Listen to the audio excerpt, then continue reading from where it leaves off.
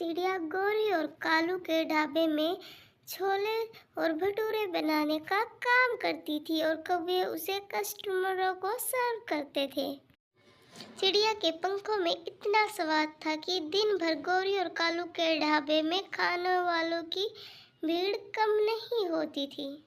गौरी, पक्षियों की भीड़ अब बढ़ने लगी है। जाओ जल्दी से, तुम चिड़िया के पास जाओ, उससे जाके पूछो कि और भटूरे तैयार हुए हैं या नहीं।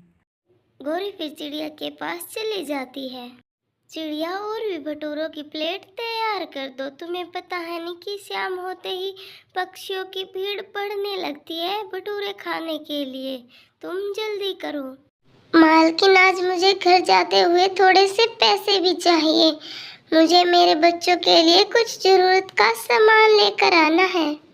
चिड़िया, तुम्हें पेट भरने के लिए 2 वक्त का खाना मिल जाता है, वो थोड़ा है क्या जो तुम पैसे भी मांग रही हो?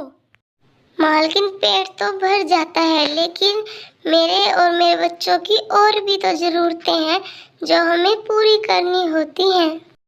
मैं तुम्हें कोई पैसे देने वाली नहीं हूँ। तुम्हें काम करना है तो करो, नहीं तो मैं किसी और को रख लूंगी काम करने के लिए। कल से तुम ना ही आना। ठीक है मालकिन, अगर आपको यही मंजूर है तो मैं कल नहीं आऊंगी। मैं कहीं और ही काम ढूंढ लूंगी। ऐसे तो मैं अपने बच्चों की जरूरतें कभी पूरा नहीं कर सकूंगी। शाम होते ही चिड़िया फिर अपने घर चली जाती है। लो बच्चों, तुम ये छोले भटूरे खा लो। तुम्हें बहुत भूख लगी होगी ना? नहीं मम्मा, मुझे नहीं खानी है छोले भटूरे। मुझे पहले अपनी स्कूल की यूनिफॉर्म चाहिए। मेरी यूनिफॉर्म फट गई है और सभी बच्चे मेरा मजाक बनाते हैं। हाँ मम्मा, मुझे भी बुक चाहिए। अगर मैं कल बुक लेकर नहीं गई तो मेरी टीचर मुझे क्लास में बैठने नहीं देगी। फिर मम्मा चिड़िया अपने बच्चों को समझा देती है और खाना खिला देती है और वो सो जाते हैं। मुझे कुछ न कुछ तो करना ही होगा। मैं ऐसे पंख पे पंख रख कर नहीं बैठ सकती।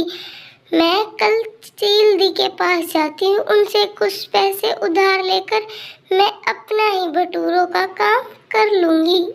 भटूरे तो मुझे वैसे भी बनाने आते ही हैं। कालू जी, अगर ऐसे ही हमारे छोले भटूरे बिकते रहे तो जल्दी से मैं अपने लिए एक सोने का हार और एक बड़ी सी कार लूंगी। और आज मैंने उस छोटी चिड़िया को काम से निकाल दिया है। वो तो उसे खाना भी दो और ऊपर से वो पैसे भी मांग रही थी। मैंने कह दिया कि तुम्हें कल आने की कोई ज़रूरत नहीं है। कल मैं अपने आप खुद से ही भटूरे बनाया करूँगी। अरे गौरी, तुमने ये क्या किया? उसू के पंखों के स्वाद से तो इतने सारे पक्षी हमारे स्वाद भटूरे खाने के लिए आते हैं।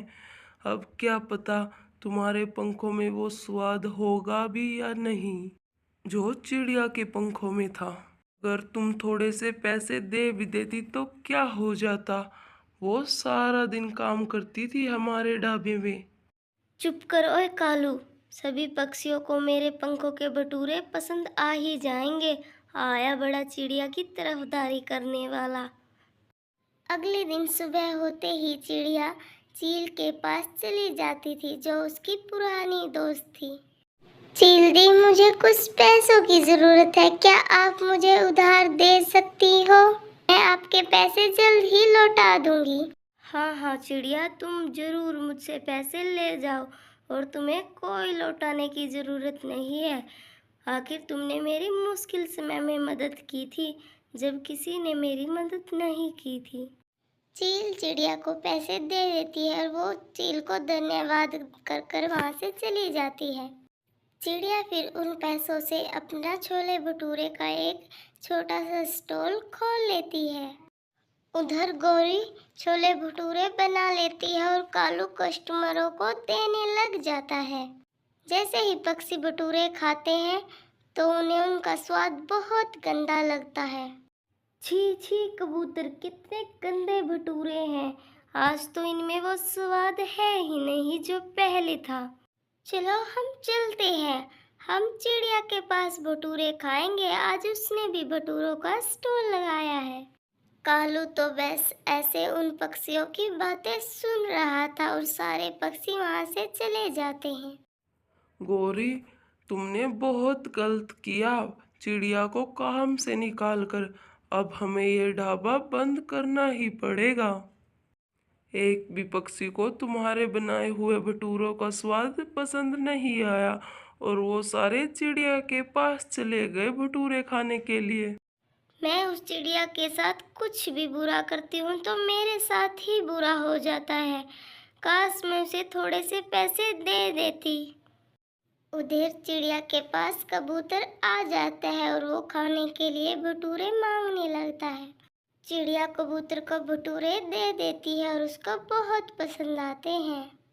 ऐसे धीरे धीरे करके चिड़िया के पास भटूरे खाने के लिए पक्षियों की भीड़ लग जाती है और चिड़िया का काम बहुत अच्छे से चलने लग जाता है।